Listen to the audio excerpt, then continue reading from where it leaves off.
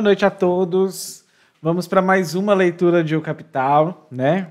Hoje tivemos uma tarde meio agitada porque fizemos sprints de produção, fomos ver CPI. Não gostei da ideia, não. Eu acho muito melhor ver o resumo e acompanhar do que ficar embebido em várias horas de CPI. Que tarefa, né? Mas, enfim, hoje vamos terminar o capítulo 3. Eu queria avisar para todo mundo, né, que até aqui a gente já viu sobre a mercadoria, a relação dialética entre valor de uso e valor de troca, vimos sobre o fetiche da mercadoria também. Depois a gente viu como se dá esse processo de troca das mercadorias. E na live passada nós entramos no capítulo 3. Ele é um capítulo que emperra um pouquinho, acho que vocês já perceberam aí pela leitura. E vamos falar de dinheiro. Já sabemos, por exemplo, o que é valor para Marx e que a forma dinheiro, né, ele vai apresentar o que a forma dinheiro traz em si. E Marx, gente, a gente tem que ter em mente que ele nos apresenta o dinheiro, começa, né, apresentando as características do dinheiro, e a gente tem primeiro que o dinheiro como medida de valor. E aí a gente acabou a live e a gente agora começou a iniciar.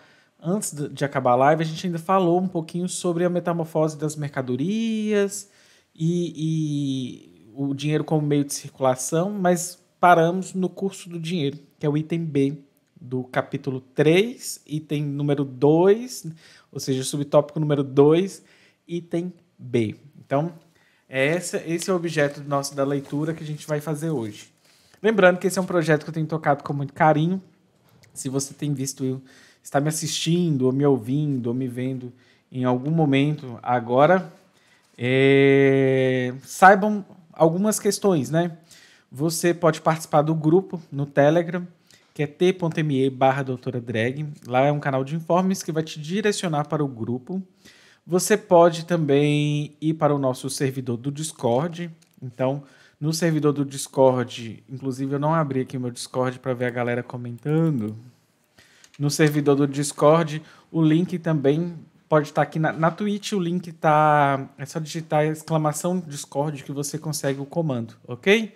E você também pode nos apoiar, né, no nosso projeto em apoia.se/horaqueer. É com esse dinheiro que a gente paga a galera, né? E é, inclusive, interessante apontar que quanto mais tempo eu tenho com mais pessoas trabalhando, mais atividades como essas, de leituras guiadas, uma coisa mais... escolar, né, tipo uma aula mesmo, vai funcionar. Então, espero que vocês curtam, né, e acompanhem a gente neste processo. Eu queria também falar para vocês, se vocês quiserem comentar no Discord, à medida que vocês vão comentando, tem uma botzinha lá chamada Lorita.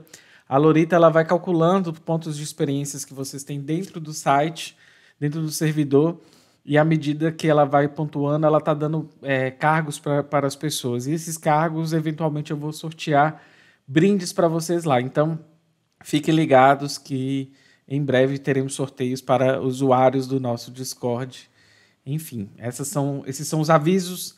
Vamos começar a leitura, desempenhar isso, finalizar esse capítulo 3. Faltam umas 30 páginas, mas eu fiz um plano de alguns pedaços a gente pular. E eu acho que vai dar certo para a gente vencer a pauta hoje, ok? Deixe-me só colocar aqui o horário do recreio, porque eu geralmente não consigo lembrar, né, de parar. Eu sigo igual uma metralhadora. Aí a gente para um pouquinho só para respirar, tá bom? Então, simbora começar. E simbora começar do começo, né? Então, vamos lá. Todo mundo na página 3, página 188, item 3.b. Engraçado, eu salvo todos os PDFs, eu não coloquei o número do PDF desse. Alguém aí tá no chat consegue saber qual o número da página do PDF? Deixa eu ver aqui. Gente, página 254 do PDF, ok? 254 aqui. A mudança de forma, exato. Então vamos começar a leitura aqui para a gente poder entender alguns quesitos aí. Inclusive hoje eu fiz até uns esquemas para vocês, né? Assim, que a gente vai trabalhar hoje basicamente nesse esquema aqui, ó. MDM e MDDM. Mais à frente eu vou explicar direitinho o que significa isso, ok? Então, item B, o curso do dinheiro, página 254. Beleza? Então, simbora. Primeiro que a gente tem que entender que esse item aqui, a gente já vai entender que o dinheiro é o embrião do capital, né? Isso é uma frase do professor Walter Pomar que eu achei super interessante trazer para vocês. Aí a gente fala o seguinte: a mudança de forma em que se realiza o metabolismo dos produtos do trabalho, MDM, exige que o mesmo valor como mercadoria constitua o ponto de partida do processo e retorne ao mesmo ponto como mercadoria. Esse movimento das mercadorias é, por isso, um ciclo. Por outro lado, a mesma forma exclui o ciclo do dinheiro e seu resultado é o afastamento constante do dinheiro de seu ponto de partida, e não seu retorno a este último. Enquanto o vendedor retém a figura transformada de sua mercadoria, ou seja, a gente só vai... Desculpa a interrupção, mas chegou uma encomenda aqui em casa, ok? Enquanto o vendedor retém a figura transformada de sua mercadoria, ou seja, o dinheiro, a mercadoria encontra-se no estágio da primeira metamorfose, ou apenas percorreu a primeira metade de sua circulação. Quando o processo... Isso parece confuso, mas não é, viu? Eu vou explicar logo mais. Quando o processo de vender para comprar está consumado, o dinheiro é novamente removido das mãos de seu possuidor original. É verdade que o tecelão de linho, depois de ter comprado a Bíblia, vende uma nova peça de linho, e desse modo o dinheiro retorna às suas mãos. Então, só para vocês entenderem, alguns elementos que são importantes aqui. Lembra que na live passada eu falei eu drag confecciono um vestido. E aí eu tenho o quê? O M, né? Deixa eu até abrir aqui para vocês, então, este esquema. Eu drag tenho o M. Produzo o M e troco por D. Este D, né, na minha mão, eu vou para outro vendedor e compro uma outra coisa. E esta outra coisa se metamorfoseia em outra mercadoria, né? Então, eu até brinquei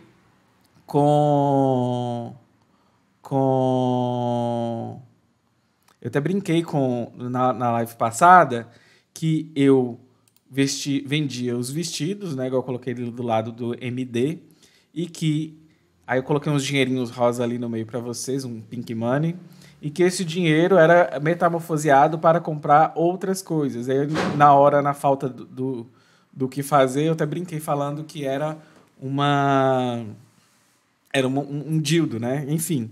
Mas, basicamente, é isso. O que ele está mostrando para a gente é, eu tenho a mercadoria, e aí essa mercadoria, ao ser trocada, vai ser trocada por dinheiro, esse dinheiro vai ser trocado por outras mercadorias, e assim por diante. E a gente vai começar a iniciar a gente vai iniciar um processo simples ainda, que se chama o ciclo da mercadoria, né? O MDM que a gente tem até aqui neste momento.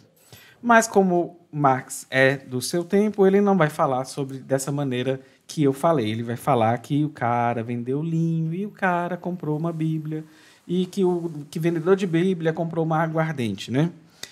E aí ele vai começar falando, né? Mas ele não retorna por meio da circulação das primeiras 20 braças de linho, mediante a qual o dinheiro passou das mãos do tecelão para as do vendedor da Bíblia. Ele só retorna por meio da renovação ou repetição para a nova mercadoria do mesmo processo de circulação com que ele chega ao mesmo resultado do processo anterior. Essa forma de movimento imediatamente conferida ao dinheiro pela circulação de mercadorias é, pois, a de seu distanciamento constante do ponto de partida, sua passagem das mãos de um possuidor de mercadorias às de outro, ou seu curso. E aquilo que a gente está estudando é o curso do dinheiro. E olha que parágrafo interessante, né? Aqui que é a gênese do que a gente estava falando, do dinheiro ser o embrião do capital. O curso do dinheiro mostra uma repetição constante, monótona, do mesmo processo. Ou seja, estou trocando. Se eu vendo vestidos constantemente, eu estou vendendo vestidos constantemente, pegando esse dinheiro e trocando por outras mercadorias. Isso é um processo constante, contínuo, né? E isso sempre acontece. A mercadoria está sempre do lado do vendedor, o dinheiro sempre do lado do comprador, como meio de compra. Ele funciona como meio de compra na medida em que ele realiza o preço da mercadoria.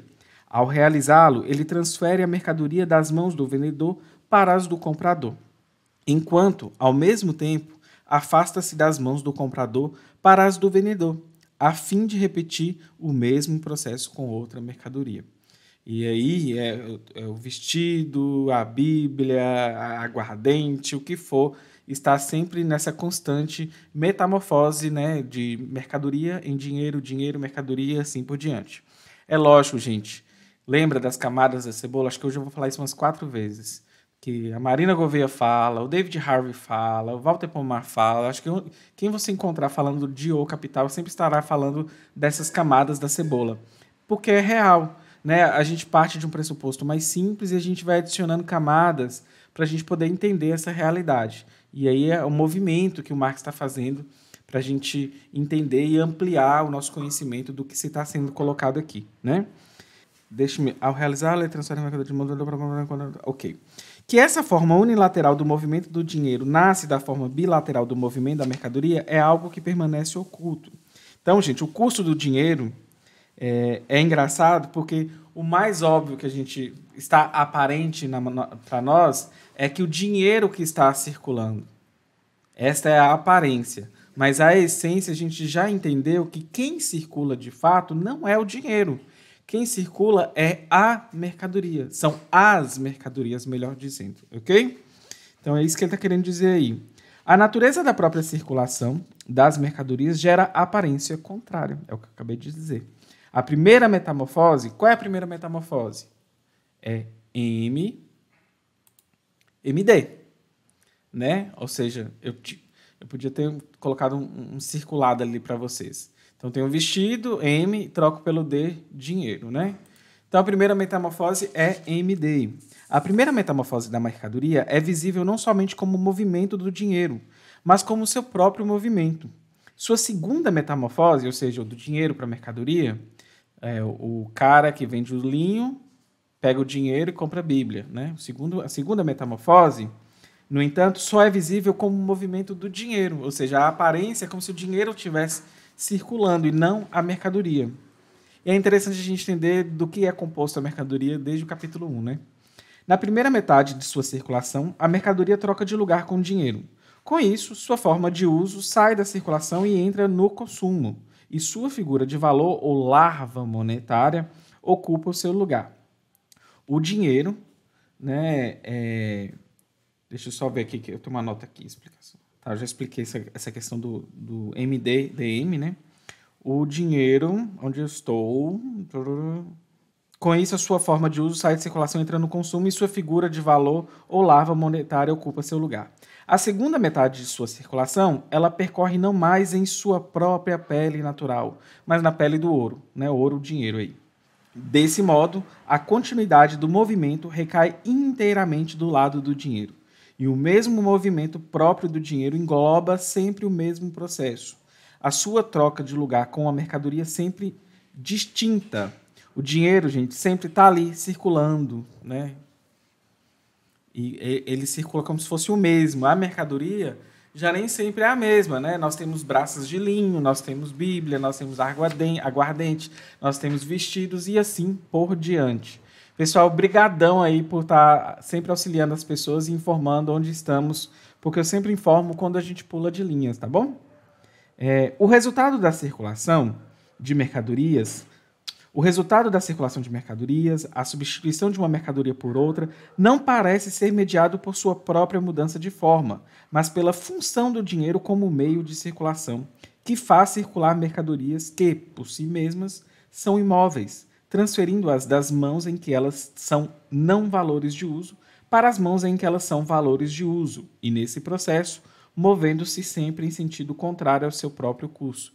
Lembrando, né, gente, que as mercadorias, quando você compra uma caneta, é porque ela tem um valor de uso para você. Você precisa de utilizá-la para escrever blá, blá, blá. O dinheiro remove constantemente as mercadorias do seu próprio curso. O, o dinheiro remove constantemente as mercadorias da esfera da circulação, assumindo seus lugares e, assim, distanciando-se de seu próprio ponto de partida.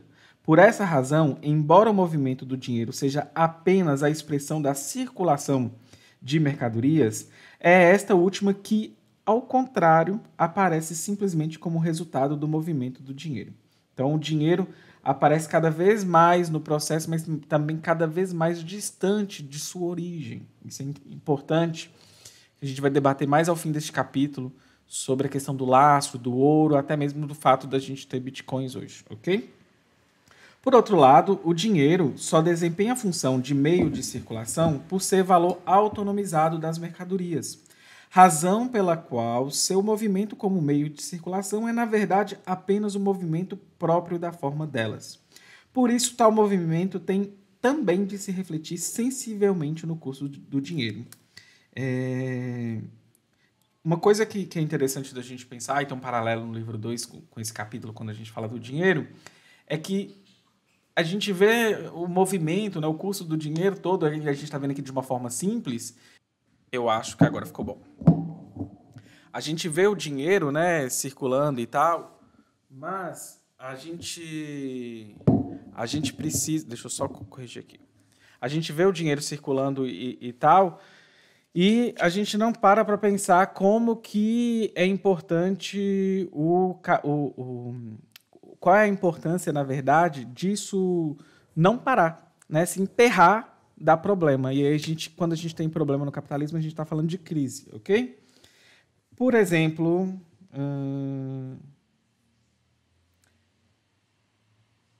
deixa eu ver por que eu vou pular. Não vou pular. Tá. Por exemplo, o linho transforma primeiramente sua forma mercadoria em sua forma dinheiro. O último extremo de sua primeira metamorfose, MD, a forma dinheiro, torna-se então o primeiro extremo de sua metamorfose, DM. O que ele está dizendo aí? A gente tem aquele movimento MD, né? Ele coloca aqui, ó, o último extremo de sua primeira metamorfose, ou seja, o D, né? M pula para D. Transforma-se, né? Torna-se então o primeiro extremo de sua metamorfose DM. Ele não está falando nada demais assim cabuloso, não. É só isso aqui, ó, gente. É isso aqui, ó.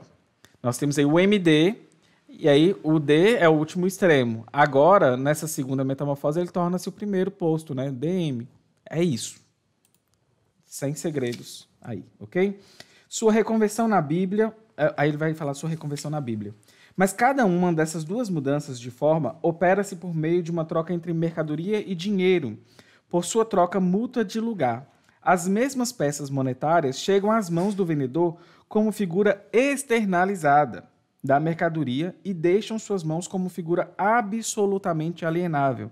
Gente, na aula passada, na leitura passada, a gente teve uma dúvidazinha. Eu tive uma dúvida quanto à alienação num trecho, porque eu não estava sabendo se seria num contexto de alienação para Marx ou de uma alienação de um bem, de um móvel. De um bem, no caso. Na verdade, o conceito de alienação em Marx mesmo, ok? Da mercadoria.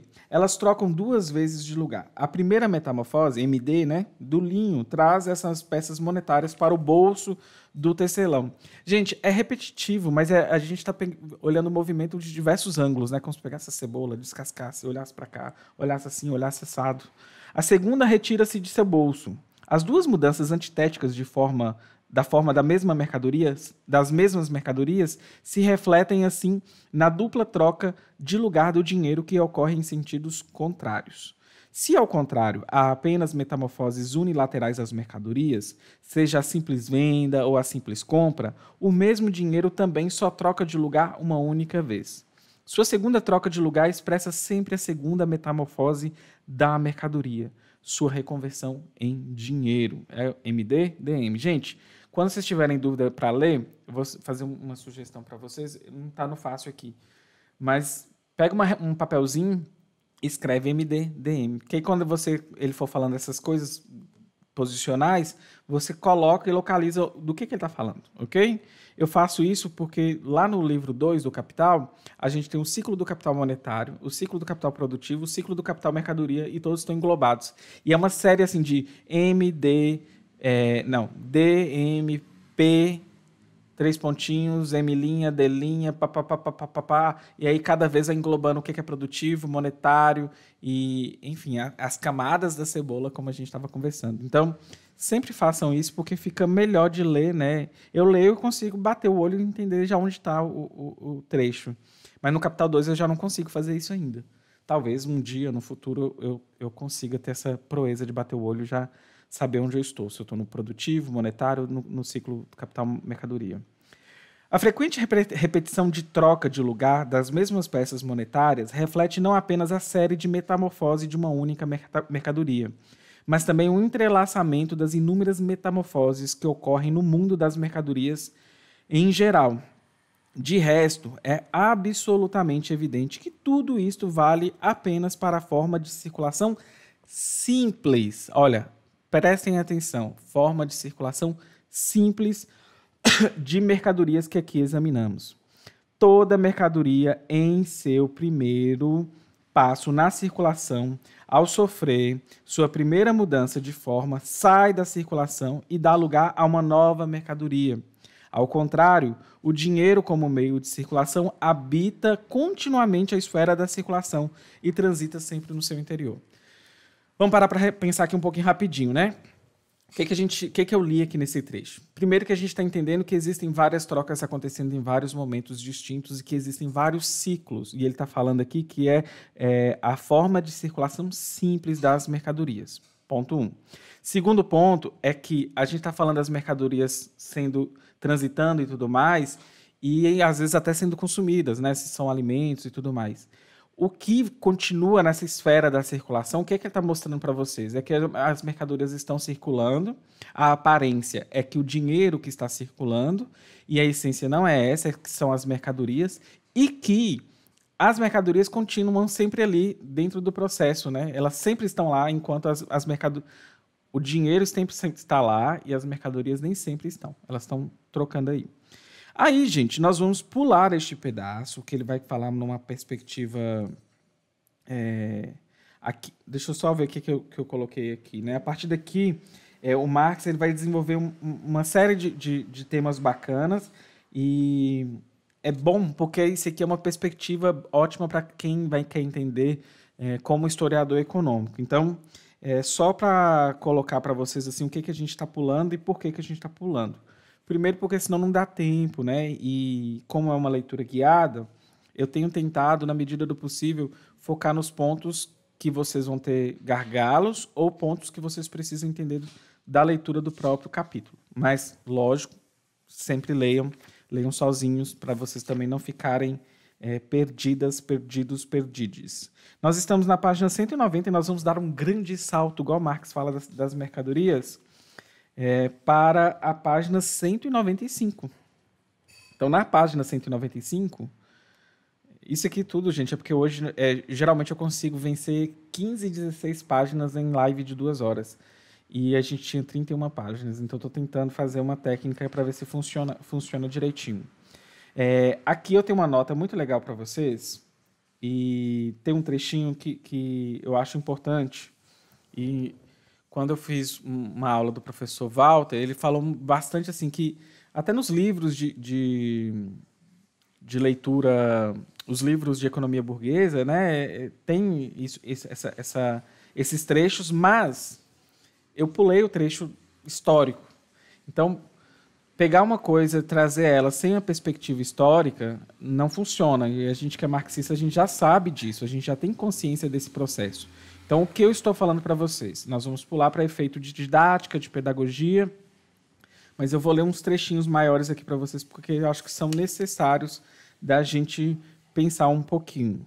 Na página 192...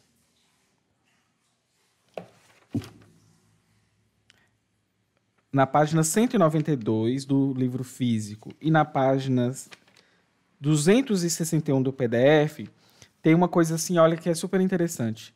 Se a variação nos preços da mercadoria reflete uma variação efetiva de valor ou meras flutuações nos preços de mercado, o efeito sobre a quantidade de meio de circulação permanece o mesmo.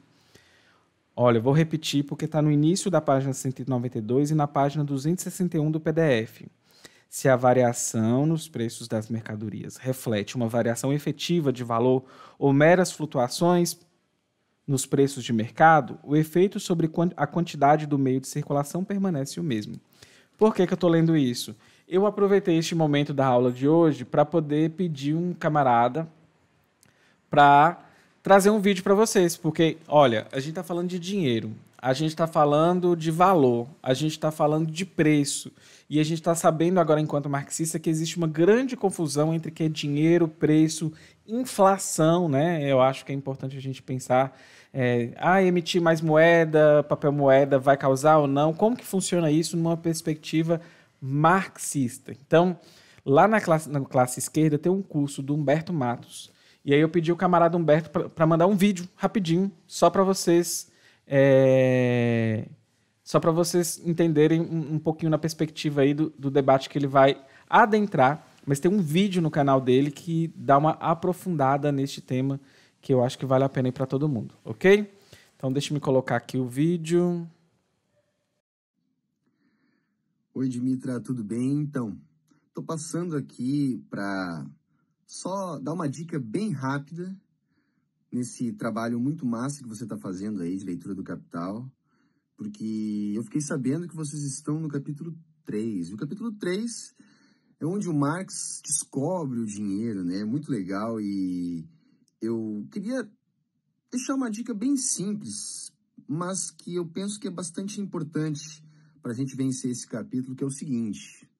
Marx, em todo o primeiro livro, ele está abordando as questões mais abstratas. E, no capítulo 3, ele faz essa abordagem do dinheiro dessa forma.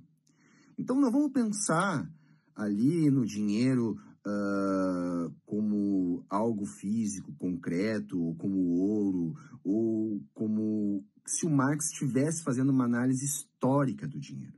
Não, ele está buscando as determinações mais abstratas para conseguir compreender o dinheiro enquanto algo necessário no capitalismo.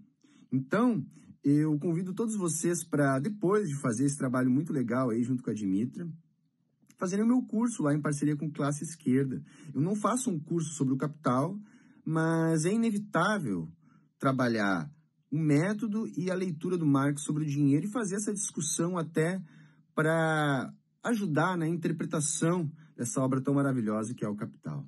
Então, muito massa o trabalho de vocês aí, sigam firmes na leitura, pensem, Marx está descobrindo o dinheiro no livro 1, na sua maneira mais abstrata, e depois, quem quiser, é só acessar lá qualquer um dos meus vídeos, porque no comentário fixado sempre tem o link para o meu curso em parceria com Classe Esquerda. O curso se chama Classe, Estado e Moeda, Fundamentos da Estrutura de Dominação. Tá ok, gente? Grande abraço para todo mundo. É isso. Antes da gente continuar, então, eu gostaria de agradecer ao Eric Moreira, que doou pra gente R$10 no PicPay. Eu tô sem o alerta, não sei porque eu não coloquei nesse layout, mas agradeço aí. E, gente, só para vocês saberem, a gente fez investimentos em câmera, né? A câmera nas próximas lives vai estar perfeita, vai ficar perfeita. A gente vai fazer um investimento no Streamlabs para pagar o YouTube e a Twitch ao mesmo tempo, para ver se a gente traz pessoas do YouTube, né? Que é onde eu tenho mais inscritos também. E o que mais? Esse suporte, né, para o microfone que deixou para mim super mais confortável para poder ler, os emotes, enfim, teve uma série de coisas que a gente fez grandes investimentos no canal. E aí a gente criou essa meta no PicPay porque o Apoia-se ainda não fecha. E quem já me acompanha há mais tempo sabe que eu pago uma equipe, né, para editar vídeo, podcast e tudo mais. E pelo, inclusive, o excesso de trabalho, o burnout, a partir de junho vai ter uma pessoa para me ajudar com outras coisas também sei lá, eu gasto postar o podcast, algumas coisinhas assim, postar nas redes sociais, ela vai estar me ajudando, apesar de que eu vou ter que continuar fazendo até as capas eu tenho que fazer, capa, thumb, tudo sou eu quem faz. Isso tudo que vocês estão vendo aí é trabalho morto, né? Tá por trás aí. A aparência é essa lindeza, a essência são horas e horas de trabalho. Mas sigamos aqui com a nossa leitura. Agradeço todo mundo que já nos apoia, tá? E quem puder nos ajudar no PicPay será um grande prazer. O QR Code está lá na pontinha para vocês, ou é Dimitra Vulcana também. Vamos então retomar a leitura na página 195 do livro físico, na página 264 do PDF. É uma síntese boa desse item B para a gente seguir com a nossa leitura e aí a gente vai já para a moeda como signo de valor, tá bom? Tá no início da página 195, não sei especificar qual a altura que está na página do PDF. A quantidade total do dinheiro que funciona como meio de circulação em cada período é, portanto, determinada, por um lado, pela soma dos preços do mundo de mercadorias em circulação e, por outro, pelo fluxo mais lento ou mais rápido de seus processos antitéticos de circulação. Da velocidade desse fluxo depende a proporção em que aquela soma de preços pode ser realizada em troca de cada peça monetária singular. Mas a soma dos preços das mercadorias depende da quantidade quanto dos preços de cada tipo de mercadoria. Além disso, os três fatores, o movimento dos preços, a quantidade de mercadorias em circulação e, por fim, a velocidade do custo do dinheiro podem variar em diferentes sentidos e diferentes proporções, de modo que a soma dos preços a realizar e a quantidade dos meios de circulação por ela condicionada podem se apresentar em inúmeras combinações. Aí ele vai colocar essas combinações aqui para vocês. Esse trecho, gente, ele é muito importante porque ele, inclusive, ele está sempre em resumos de O Capital e tudo mais, mas, como eu disse, sem aquela perspectiva histórica. E aí, voltem, leiam com calma, leiam com paciência, já que vocês começaram a desembaraçar algumas ideias na cabeça, ok? A partir disso, nós vamos dar um grande salto, nós vamos para o item C já. Nós estamos agora na página 198, estou cheio de nota. Na página 198, a gente tem agora uma... Na página 198 a gente tem aí, que é a página 266 do PDF, esqueci de avisar, 198 do físico, 266 do PDF.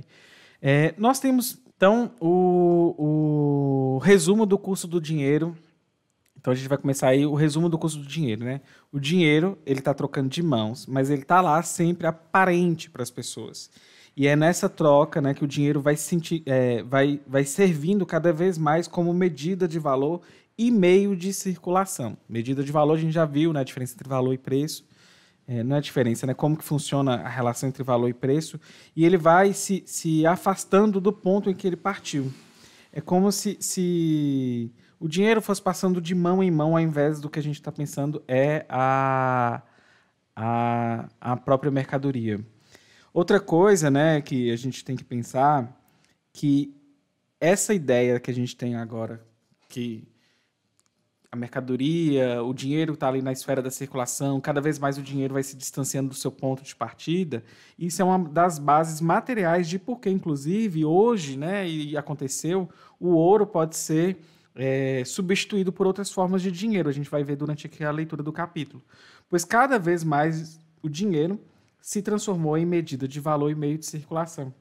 E aí, isso é que vai definir o dinheiro na sociedade atual. E aí hoje a gente tem até, por exemplo, China abrindo, né, vai começar com as moedas virtuais. Então, a gente começa a perceber como que esse distanciamento, né, que a gente tem, e aí a gente vai entender agora por quê, quando Marx vai explicar a moeda como signo de valor. Da função do dinheiro, página 198 do físico, página 266 do PDF. A moeda, o signo do valor. Da função do dinheiro como meio de circulação, deriva sua figura como moeda. A fração de peso do ouro representada no preço ou na denominação monetária das mercadorias tem de se defrontar com estas na circulação como peças ou moedas de ouro de mesmo nome. Assim como Assim como a determinação do padrão dos preços, também a cunhagem de moedas é tarefa que cabe ao Estado, nos diferentes uniformes nacionais que o ouro e a prata vestem, mas dos quais voltam a se despojar no mercado mundial. Manifesta-se a separação, inclusive, entre as esferas internas ou nacionais da circulação das mercadorias e a esfera universal do mercado mundial. Essa leitura minha foi péssima nesse trecho, mas a gente vai seguir aqui. As moedas de ouro e o ouro em barras diferenciam-se assim apenas por sua fisionomia, e o ouro pode ser constantemente transformado de uma forma em outra.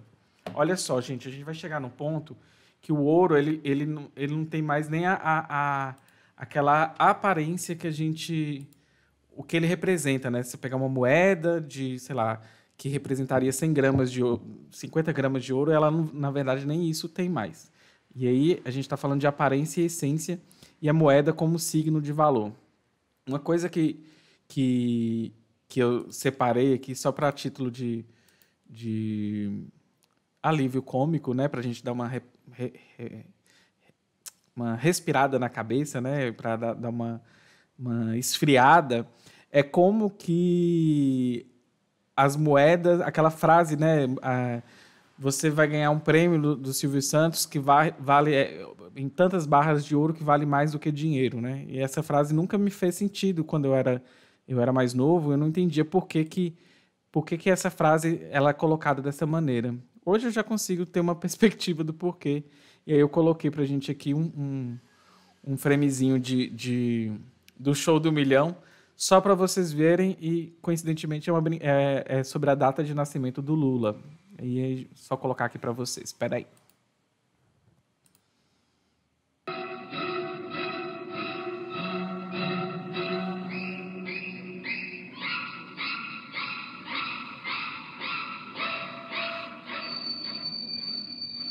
Ok? Posso responder? Pode?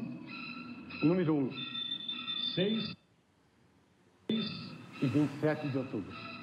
Está certo disso? Estou certo. Ele nasceu em que dia? No dia 6. E ele foi registrado? No dia 27. Você já tinha lido sobre isso? Já. Ganhou R$1 milhão! Aê! Em barras de ouro, que vale o quê? Mais que dinheiro. Em que dia nasceu? E em que dia foi registrado o presidente Lula? Ele nasceu no dia 6 do mês de outubro e ele foi registrado no dia 27 de outubro. Meus parabéns. Vem pra cá você, vem pra cá. Venha cumprimentar o seu marido. Enfim, né, essa discrepância, né, entre o ouro como dinheiro e o signo, agora a gente está pensando na moeda como signo do valor, né, e como que isso funciona na nossa realidade atual. Aí eu só coloquei isso aí para a gente pensar um pouco e deixa-me ver se a gente vai precisar de pular algum trecho aqui. Não, é tudo de leitura mesmo. Então eu já falei, né, que as moedas de ouro e o ouro em barras diferenciam-se assim apenas por sua fisionomia. O ouro pode ser constantemente transformado de uma forma em outra. O caminho pelo qual a moeda deixa a cunhagem é o mesmo que leva ao forno de fundição. Presta atenção nisso aqui.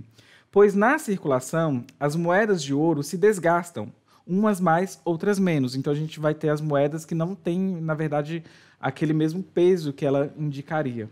Título de ouro e substância de ouro, conteúdo nominal e conteúdo real iniciam seu processo de separação, ou seja, o que aparenta ter 100 gramas, ele já não tem mais, de fato, 100 gramas, 50 gramas.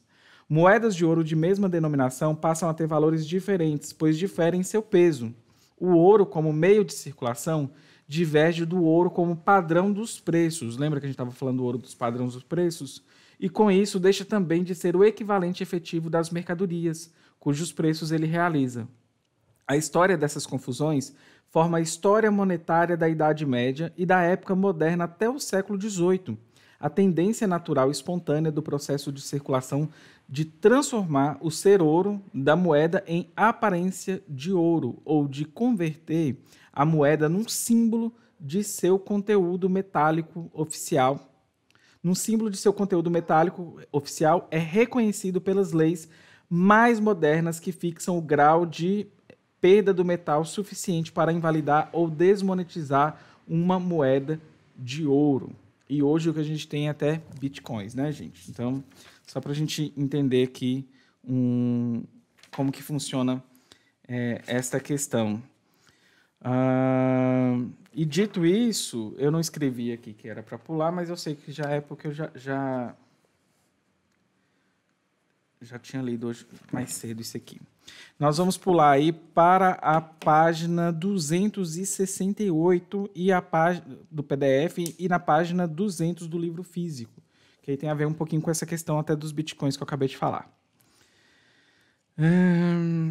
O peso metálico das fichas de prata ou de cobre, só para tá todo mundo entendendo aí que até o presente momento o que Marx está mostrando, né, que ele tá querendo explicar por que a moeda é um signo de valor.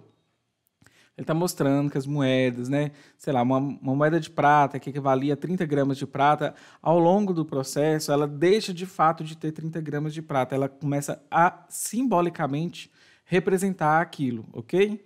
E outra coisa que ele está falando sobre o ouro é que existe o ouro que circula como mercadoria e que vai desgastando com o tempo, né? Ele começa ali com 30 gramas, aí depois tem 28, depois tem 26,97 e assim por diante. Esse é o ouro como que está circulando, né? Outra coisa é o ouro como padrão de preços, ok? São duas coisas distintas e mais à frente eu vou comentar um pouquinho de quando, em 1971, os Estados Unidos deixou de lastrear sua moeda no padrão ouro, né, o dólar. Então vamos continuar. O peso metálico das fichas de prata ou de cobre é determinado arbitrariamente pela lei. Em seu curso, elas se desgastam ainda mais rapidamente do que as moedas de ouro, de modo que sua função como moeda se torna, na prática, totalmente independente de seu peso, isto é, de todo o valor. Assim, a existência do ouro como moeda se separa radicalmente de sua substância de valor. Acabei de falar isso para vocês. Coisas relativamente sem valor, como notas de papel, podem, portanto, funcionar como moeda em seu lugar. Nas fichas metálicas, o caráter puramente simbólico ainda se encontra, de certo modo, escondido.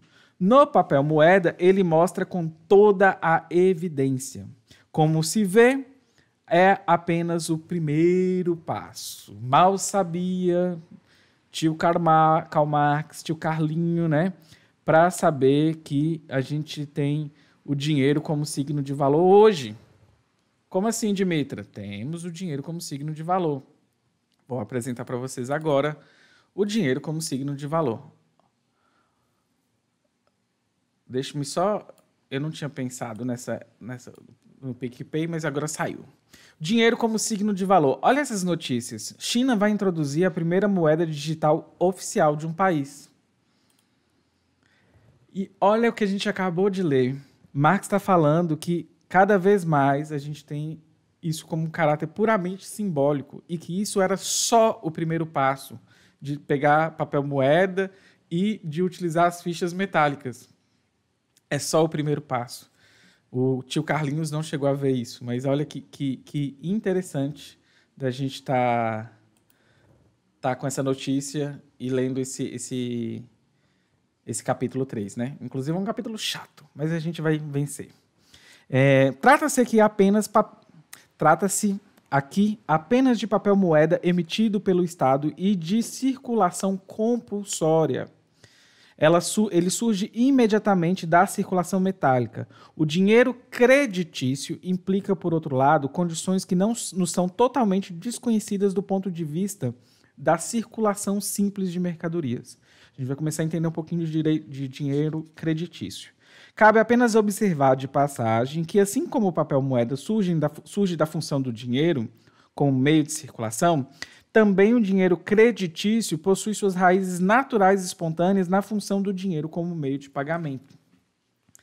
É engraçado que é aquilo, né? A gente vai adicionando camadas de complexidade ao objeto que a gente está se defrontando, que é o capital, né?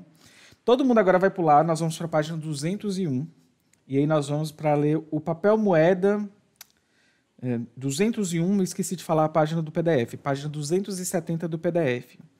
Na 201, no final, é o último parágrafo. O papel moeda é signo do ouro, ou signo do dinheiro. Sua relação, tarará, tarará. Beleza? O papel moeda é signo do ouro, ou signo do dinheiro. Sua relação com os valores das mercadorias consiste apenas em que estes são idealmente expressos nas mesmas quantidades de ouro simbólica e sensivelmente representadas pelo papel. O dinheiro de papel não é signo de valor, na medida em que representa quantidades de ouro, que, como todas as outras mercadorias, são também quantidades de valor. Pergunta-se, por fim, como pode o ouro ser substituído por simples signos de si mesmo, destituídos de valor? Porque eu acho que essa pergunta, inclusive, é uma pergunta que todo mundo está fazendo na altura, né? Por que está acontecendo isso? E aí, como vimos, o próprio Marx vai falar, ele só é substituível na medida em que é isolado ou autonomizado em sua função como moeda ou meio de circulação. Ora, a autonomização dessa função não ocorre com todas as moedas de ouro singulares, embora ela se manifeste nas moedas desgastadas que continuam a circular. Cada peça de ouro é simples moeda ou meio de circulação, apenas na medida em que circula efetivamente. Todavia, o que não vale para as moedas de ouro singulares, vale para a quantidade mínima de ouro que é substituível por papel moeda. E aí lembremos que os Estados Unidos deixou na década de 70 de lastrear sua moeda, o dólar, em ouro. E isso teve um impacto mundial, né? Aí, gente, deixa eu ver se a gente tem... esse trecho é importantíssimo para a gente ler. Ela permanece constantemente na esfera da circulação, funciona continuamente como meio de circulação e, assim, existe... Cadê meu óculos? Meu olho já está começando a ficar cansado. Vou repetir. Ela permanece constantemente na esfera da circulação, funciona continuamente como meio de circulação e, assim, existe exclusivamente como portadora dessa função. Seu movimento expressa, portanto, a alternância contínua dos processos antitéticos da metamorfose das mercadorias MDM, na qual a mercadoria se confronta com sua figura de valor apenas para voltar a desaparecer imediatamente. Lembrando que a gente falou, né, que o dinheiro que fica lá na esfera da circulação, né, constantemente. E é aquilo, né, gente? Assim, eu vou pular um pedacinho aqui desse parágrafo, mas a gente continua aqui no final da página 202, assim, ó. Como reflexo objetivo e transiente dos preços das mercadorias, ele funciona apenas como signo de si mesmo, podendo, por isso, ser substituído por outros signos. Mas o signo do dinheiro necessita de sua própria validade objetivamente social e esta é conferida ao símbolo de papel por meio de sua circulação forçada. Essa obrigação estatal vale apenas no interior dos limites de uma comunidade ou na esfera da circulação interna, mas é somente aqui que o dinheiro corresponde plenamente à sua função de meio de circulação ou de moeda e pode, assim, assumir no papel moeda um modo de existência meramente funcional, apartado de sua substância metálica.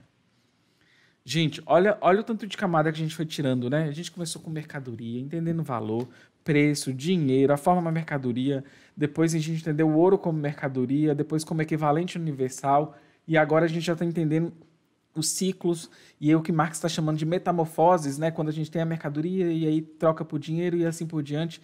Olha o nível de complexidade e de camadas que a gente está adicionando a este processo.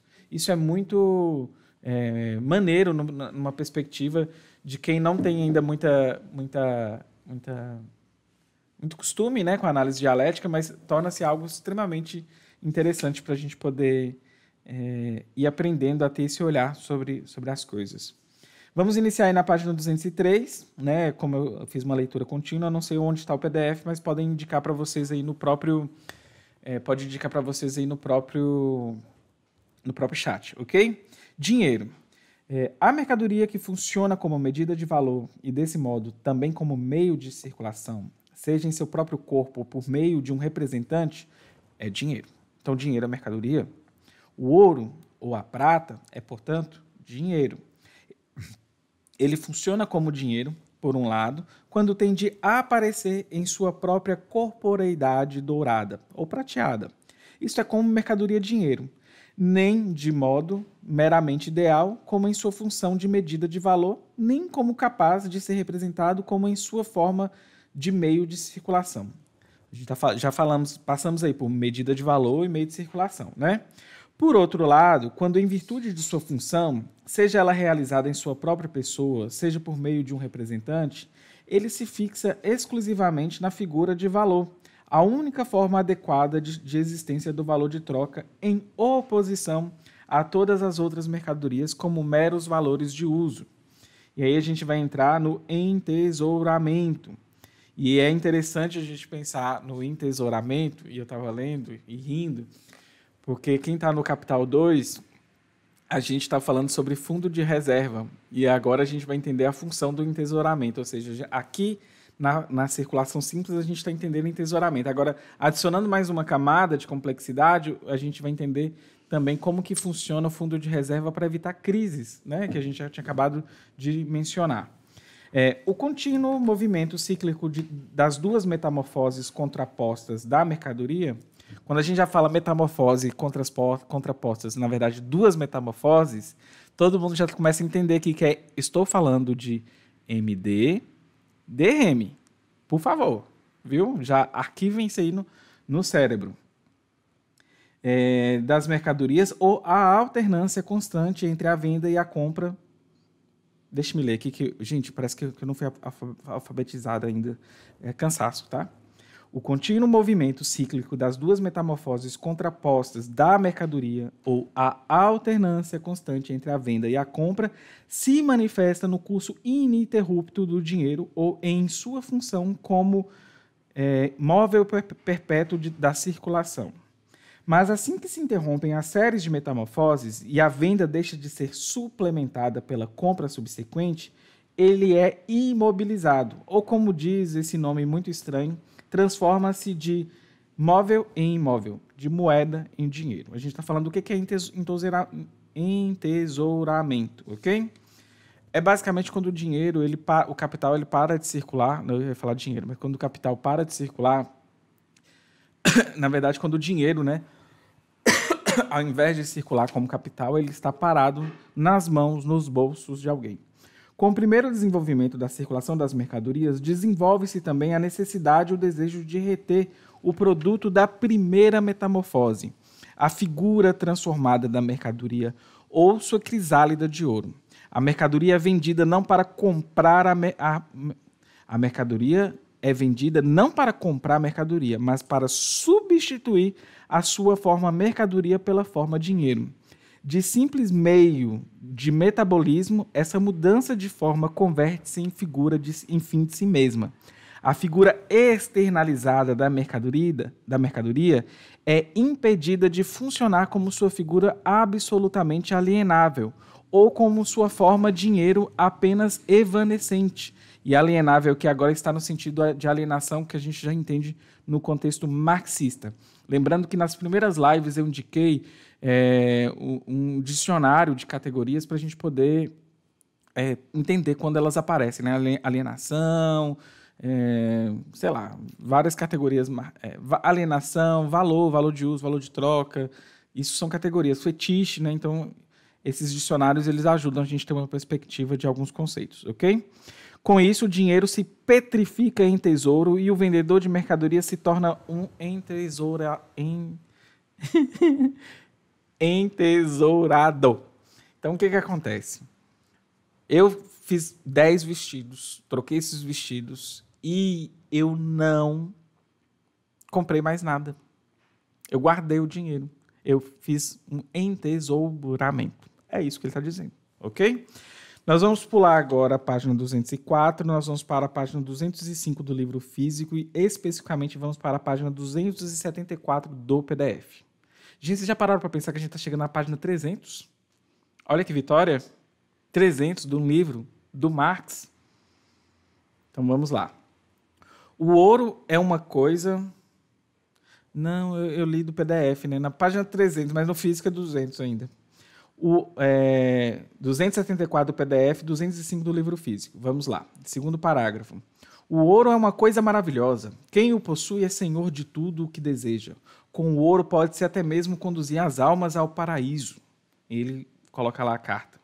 Como no dinheiro não se pode perceber o que foi nele transformado, tudo, seja mercadoria ou não, transforma-se em dinheiro. Tudo se torna vendável e comprável. A circulação, isso é forte, né? A circulação se torna grande retorta social na qual tudo é lançado para dela sair como cristal de dinheiro. Ao nosso alarmezinho, peraí. A essa alquimia não escapam nem mesmo os ossos dos santos, e menos ainda as mais delicadas coisas sagradas que não são objetos do comércio dos homens. Como no dinheiro está apagado toda a diferença qualitativa entre as mercadorias, também ele, por sua vez, apaga como um nivelador radical todas as diferenças. Mas o dinheiro é ele próprio uma mercadoria, uma coisa externa, né? Isso a gente está falando quando a gente falou lá de alienável, que pode se tornar propriedade privada de qualquer um. Assim, pronto, aqui eu vou pular. Vamos para o nosso intervalo, e aí 5 minutinhos só para a gente dar uma respirada, e aí a gente taca ali pau até 10 horas, tá bom? É isso. Voltamos. Vamos matar esse capítulo, pelo amor de Deus. Faltam 13 páginas, mas agora tem uns grandes saltos que eu vou dar, mas a gente vai chegar lá, ok? Então, dito em salto, a gente vai começar na página 275 do PDF e na página 206. Vou ler só um trechinho aqui para vocês, né? A gente estava falando de entesouramento. Agora eu falei entesouramento sem pensar e não travei. O impulso para o entesouramento é desmedido por natureza. Todo mundo captou aí? Página 275 do PDF, página 206 do livro físico. O impulso para o... Agora que eu pensei, não vai. O impulso para o entesouramento é desmedido por natureza. Seja qualitativamente, seja segundo sua forma. O dinheiro é desprovido de limites, quer dizer, ele é o representante universal da riqueza material, pois pode ser imediatamente convertido em qualquer mercadoria. Ao mesmo tempo, porém, toda quantia efetiva de dinheiro é quantitativamente limitada, sendo por isso apenas um meio de compra de eficácia limitada. Tal contradição entre a limitação quantitativa e a ilimitação qualitativa do dinheiro empurra constantemente o entesourador de volta ao trabalho de Sísifo, de acumulação. Com ele ocorre o mesmo que com o conquistador do mundo, que com cada novo país conquista apenas mais uma fronteira a ser transposta. Olha o imperialismo aí, né, gente? Só uma coisa para vocês. Lembra que eu falei que eu gosto muito do estilo literário de Marx no livro 1 de O Capital? E que acaba que no livro 2 a gente não tem esse grande prazer de estar lendo e vendo essas questões, né? Aí, esse trabalho de Sísifo, né, gente, é só um trabalho que ele é um trabalho interminável, ele é grande, né? E até mesmo, às vezes, infrutífero a depender do tipo de atividade. Isso é mitologia grega, né? Eu até trouxe aqui para vocês a ideia... Ele leva a pedra lá para cima, e aí a pedra vai e rola. Isso está na mitologia grega, essa história, né, para vocês conhecerem, quem quiser conhecerem. E aí eu trouxe isso, e aí meu cérebro cansado na hora que eu estava trazendo isso, né, eu lembrei de falei assim, gente, tem alguma coisa nessa pedra rolando que me lembra alguma coisa que estava acontecendo no Brasil um dia desses. Aí eu lembrei de uma coisa, mas antes eu vou colocar uma tirinha aqui para vocês. Tem aí, né, caracol, Mais um trabalho, levar a pedrinha pacientemente até o topo, vê-la rolando morro abaixo e tomar a corajosa decisão. Desisto dessa pedra idiota. Então é uma tirinha aí para explicar para vocês o que é trabalho de Sísifo, né? E tem isso aqui também, gente, olha. Tem a cachorrada que é chamada Brasil, né? Coloquei aqui Tesoureiros do Jair. E ele lembra que nosso presidente estava compartilhando um vídeo que ele estava tentando salvar as pessoas, fazendo um trabalho. Olha, né, a referência, né? Estava fazendo um grande trabalho, só não mostra uma parte, né? Mas mostra só o vídeo do Bolsonaro só mostra a parte que ele tenta pegar a pedra e não consegue, e quando chega lá, as pessoas atiram nele. E aí mal as pessoas sabem que, na verdade, a culpa da pedra ter rolado era do próprio gigante. Acredito que esse vídeo, esse desenho, tenha sido inspirado, então, nessa expressão, trabalho de Sísifo, né?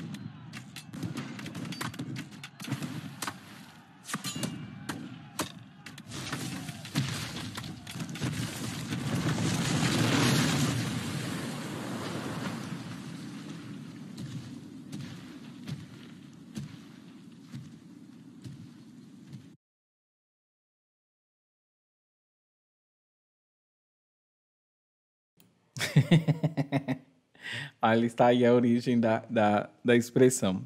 Coloquei isso, vocês sabem que eu coloco isso para a cabeça da gente dar uma refrescada, que se ficar só lendo Capital ninguém dá conta, não. E aí a gente vai aprendendo expressões e tudo mais. E eu amo o estilo literário de Marx desse capítulo do livro 1, porque no livro 2 não temos. Apesar de que neste capítulo, às vezes é um pouquinho, né, mais técnico, às vezes, alguns trechos. Todo mundo aí vai pular, a gente vai para a página 276 do PDF e vamos para a página 207 do livro físico. A gente vai pular também depois disso, mas a gente vai ler só um trechinho aqui que é interessante sobre entesouramento, né? O entesouramento cumpre diferentes funções na economia da circulação metálica. A função mais imediata deriva das condições de circulação das moedas de ouro e de prata. Vimos que a quantidade de dinheiro em circulação sofre altas e baixas em razão das oscilações constantes que a circulação das mercadorias apresenta quanto à sua extensão, seus preços e sua velocidade. Portanto, ela tem que ser capaz de contração e expansão. E aí, no livro 2, o Capital, a gente está entendendo como que isso vai funcionar também como um mecanismo para a gente trabalhar com o que a gente entende como fundo de reserva. Pulemos, então, para a página 276 do PDF, página 208 do livro físico. Acho que estamos terminando até mais cedo hoje, que bom. Espero que vocês tenham conseguido entender aí alguns trechos, tá bom, gente? O meio de pagamento. Então, vamos começar a ler a questão do meio de pagamento. Já sei mais ou menos onde eu vou ter que pular. Beleza. Na forma imediata da circulação de mercadorias, que consideramos até o momento, a mesma grandeza de valor esteve presente sempre de um modo duplo, como mercadorias num polo e como dinheiro no outro. Os possuidores de mercadoria, portanto, só entravam em contato entre si como representantes de equivalentes mutuamente existentes. Mas com o desenvolvimento da circulação das mercadorias, desenvolvem-se as condições nas quais a alienação da mercadoria é temporalmente apartada da realização de seu preço. Basta aqui indicar a mais simples dessas condições. Para ser produzido um tipo de mercadoria requer mais tempo e outro menos. A produção de diferentes mercadorias está ligada a diferentes estações do ano. Uma mercadoria é feita para um mercado local, ao passo que outra tem de ser transportada até um mercado distante. Por conseguinte, um possuidor de mercadoria pode surgir como vendedor antes que o outro se apresente como comprador. E isso aqui, gente, volta e meia a repetição do processo, né? Com a repetição constante das mesmas transações entre as mesmas pessoas, as condições de venda das mercadorias regulam-se de acordo com suas condições de produção. Por outro lado, o usufruto de certos tipos de mercadorias, como uma casa, é vendida por um período de tempo determinado. Somente após o término desse prazo, o comprador obtém efetivamente o valor de uso da mercadoria.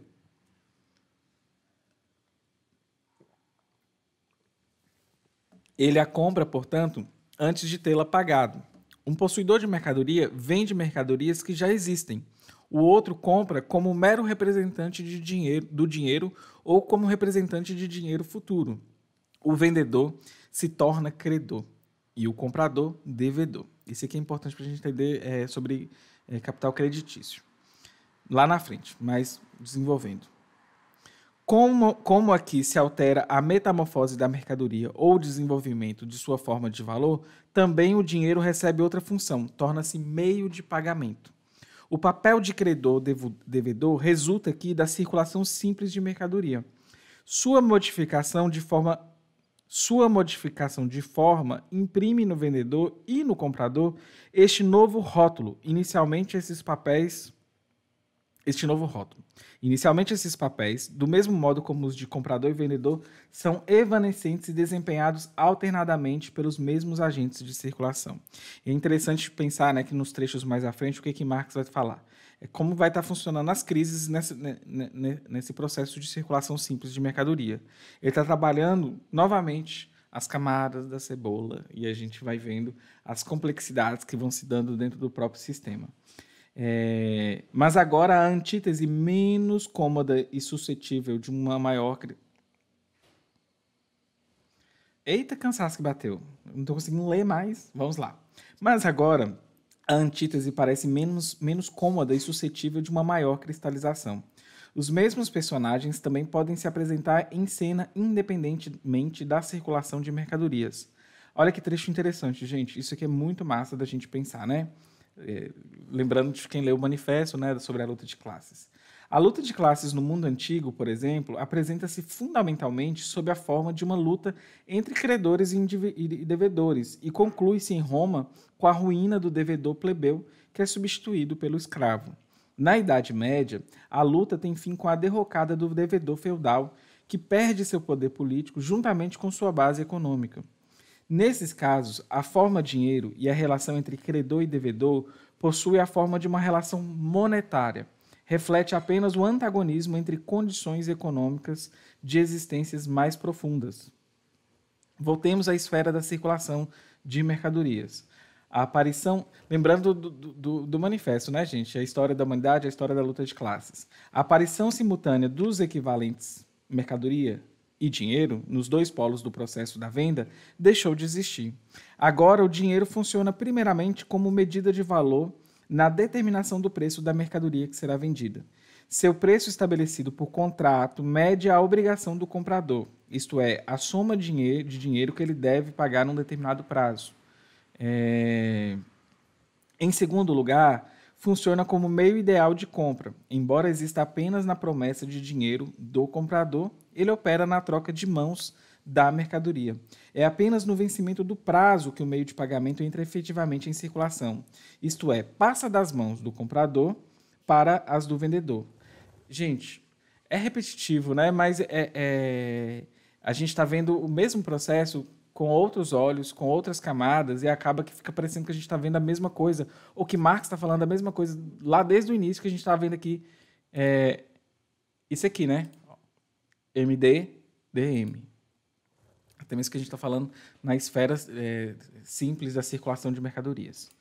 Então, continuando aqui, o meio de circulação converteu-se em tesouro, porque o processo de circulação se interrompeu logo após a primeira fase, ou porque a figura transformada da mercadoria foi retirada de circulação.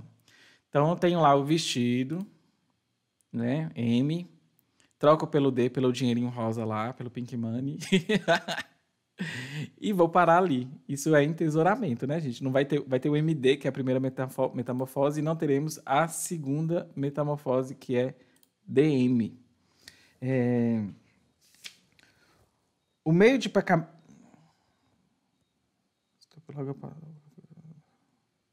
O meio de pagamento entra na circulação, mas depois que a mercadoria já saiu dela. O dinheiro não medeia mais...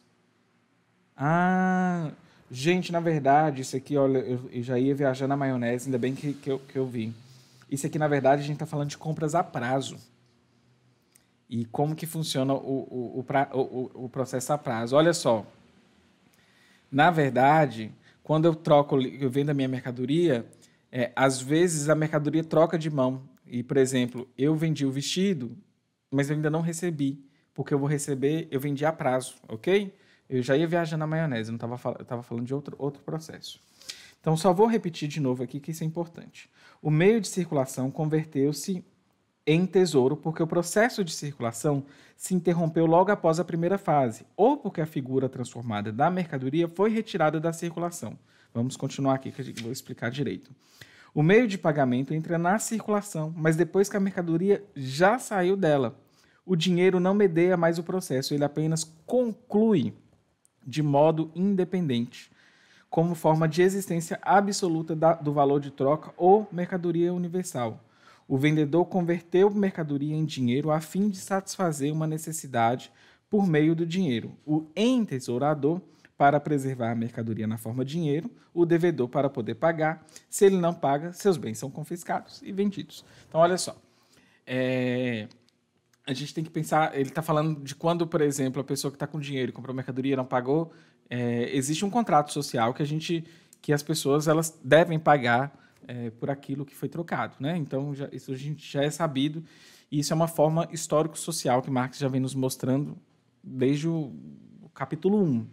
Outra coisa é que a gente está pensando, assim, existem alguns processos que a mercadoria vai ser trocada e o dinheiro ele não vai ser trocado naquele momento. Então, a gente não vai ter o MD, o giro do MD de uma vez. A gente vai ter o M, que é trocado, consumido e tudo mais, e com o tempo, né, com um prazo, vamos ter o D. O que acontece com isso, na verdade? Isso acontece quando a gente tem o trabalho assalariado. Você vai trabalhar. E aí, lembra que você está trabalhando, mas você não recebe na hora. E é isso que ele também está contando aqui para você, né? A gente está sabendo que sua força, uma quantidade específica, né, de trabalho materializada nas mercadorias, né, objetivada nas mercadorias, é o que a gente chama de valor, né? Então, quantidade de trabalho. Você vende sua força de trabalho, mas você não recebe na hora, você vai receber depois, se receber, né? Temos isso também. Vamos pular então agora para a página 210 do livro físico e para a página 279 do PDF, para a gente entender um pouquinho as questões dos pressupostos históricos. Estamos acabando, acho que vai dar tempo hoje.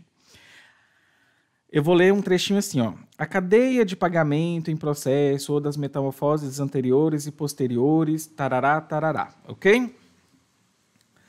A cadeia de pagamento em processo ou das metamorfoses anteriores e posteriores distingue-se essencialmente do entrelaçamento das séries de metamorfoses de que tratamos anteriormente. No curso do meio de circulação, a conexão entre vendedores e compradores não é apenas expressa. A própria conexão tem sua origem no curso do dinheiro e só existe em seu interior. Em contrapartida, o movimento do meio de pagamento exprime uma conexão social que já estava dada antes dele, e isso é um pressuposto histórico. Aí, só pulando mais um pedacinho para a gente complementar, isso já, quando a gente vai pular, como eu estava na página 279, na verdade eu estava no fim da página 279 do PDF, na página 210. Continuando na página 210 do livro físico, mas agora já na página 280, temos o seguinte: a função do dinheiro como meio de pagamento traz em si uma contradição direta.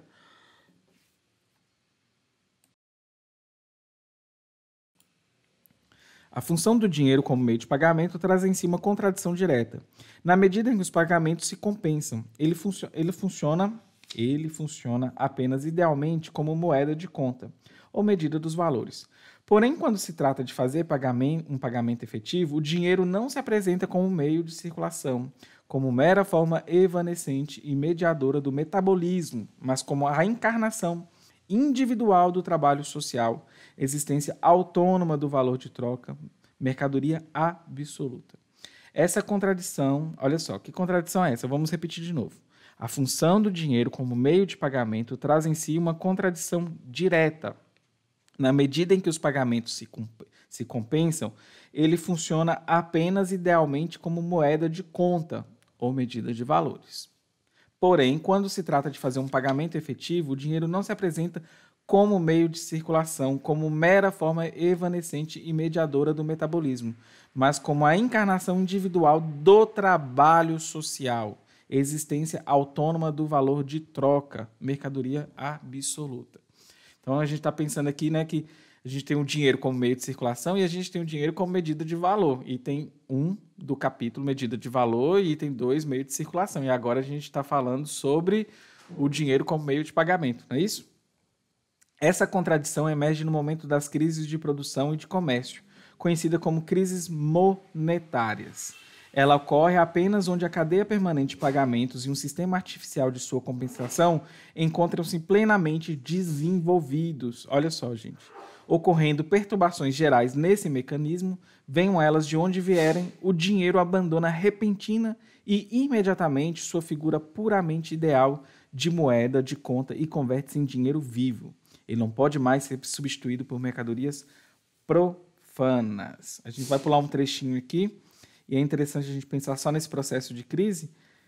Na crise, a oposição entre a mercadoria e sua figura de valor, o dinheiro, é levada até a contradição absoluta. Lembra quando eu estava falando lá no início que o dinheiro vai se afastando, né, da sua origem, mas sempre circulando, né, na esfera simples de circulação de mercadorias? E que isso é um dos pressupostos materiais que a gente vai entender que o ouro pode ser substituído por qualquer signo, e a gente está vendo isso acontecer, e o Marx está mostrando também como funcionam esses processos. Na crise, a oposição entre a mercadoria e sua figura de valor, o dinheiro, é levada até a contradição absoluta. Por isso, a forma de manifestação do dinheiro é aqui indiferente. E aí, nós vamos pular, e nós vamos para a página 213 do livro físico, e a página 282 do PDF. Porque a gente está agora entendendo um pouquinho sobre dinheiro creditício. O dinheiro creditício surge diretamente da função do dinheiro como meio de pagamento, quando certificados de dívidas relativos às mercadorias vendidas circulam a fim de transferir essas dívidas para outrem. Por outro lado, quando... Deixa eu só arrumar minha peruca aqui. Por outro lado, quando o sistema de crédito se expande, o mesmo ocorre com a função do dinheiro como meio de pagamento. Nessa função, ele assume formas próprias de existência nas quais circula à vontade pela esfera das grandes transações comerciais, enquanto as moedas de ouro e prata são relegadas fundamentalmente à esfera do comércio varejista. Quando a produção de mercadorias atingiu certo grau de desenvolvimento, a função do dinheiro como meio de pagamento ultrapassa a esfera da circulação das mercadorias. Ela se torna a mercadoria universal dos contratos, das rendas, dos impostos, deixam de ser fornecidos in natura e pelas atividades de vender e pagar em dinheiro. Aí a gente vai pular e agora a gente vai falar sobre o dinheiro mundial. A gente está na página 284 do PDF, ok? Página 284 do PDF, o dinheiro mundial. Ai, eita capítulo, hein? Eu gosto do capítulo 1 da mercadoria de uma parte e tem uma... e já na... Vai, cadê a legenda? Legenda, cadê você? Ah, tá lá. Eu gosto do capítulo 1, de uma parte do capítulo 1, uma parte do 2, que é a continuação, aquela parte do final do capítulo 1, que é fetiche, né? E o 2, que é uma continuação. Agora o 3 eu vou contar. Meu Deus... Meu pescoço chega a estar duro. Dinheiro mundial, página 284 do PDF, página 215 do livro físico. Ao deixar a esfera da circulação interna, o dinheiro se despe de suas formas locais de padrão de medida dos preços, de moeda simbólica e de símbolo de valor, e retorna à sua forma original de barra de metal precioso. Olha só, no comércio mundial, as mercadorias desdobram seu valor universalmente. Por isso, sua figura de valor autônoma as confronta aqui como o dinheiro mundial. Somente no mercado mundial, o dinheiro funciona plenamente como a mercadoria cuja forma natural é, ao mesmo tempo, a forma imediatamente social de efetivação do trabalho humano em abstracto. Sua forma de existência torna-se adequada ao conceito.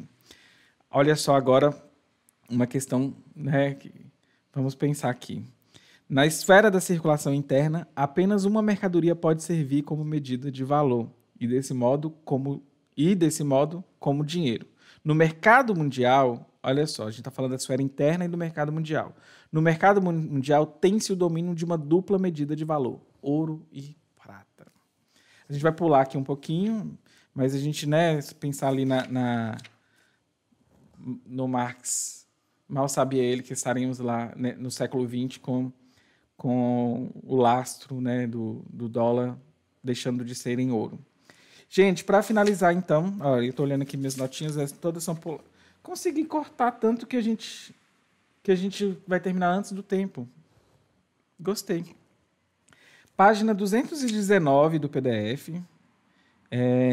O último parágrafo, na verdade, do capítulo. Página 286 do PDF, 219 do físico.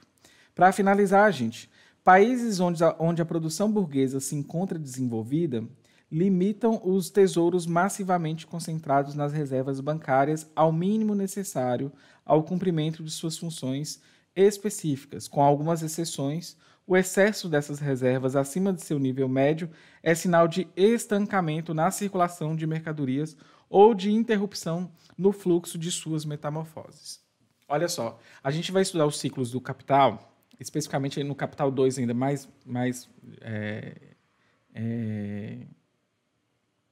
importante pensar, é sobre como que o fluxo tem que...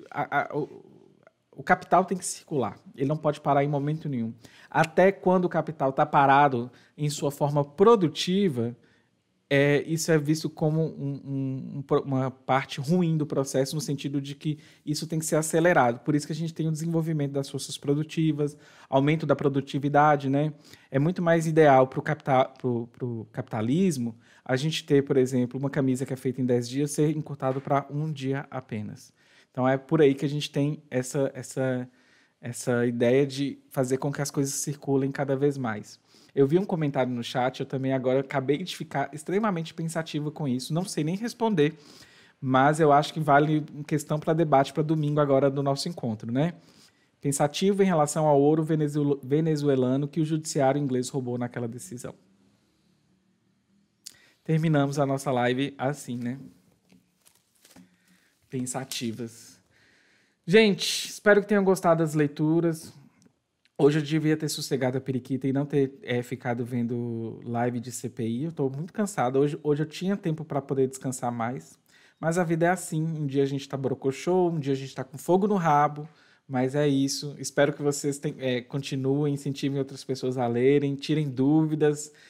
Eu vi que tem uns comentários no Discord para a gente poder desenvolver. Então, levem dúvidas, levem tudo que você tiver. Não existe pergunta ruim para a gente poder tentar aprender juntos, né, sobre esse processo e todas essas dúvidas que vão nascendo aí, tá bom?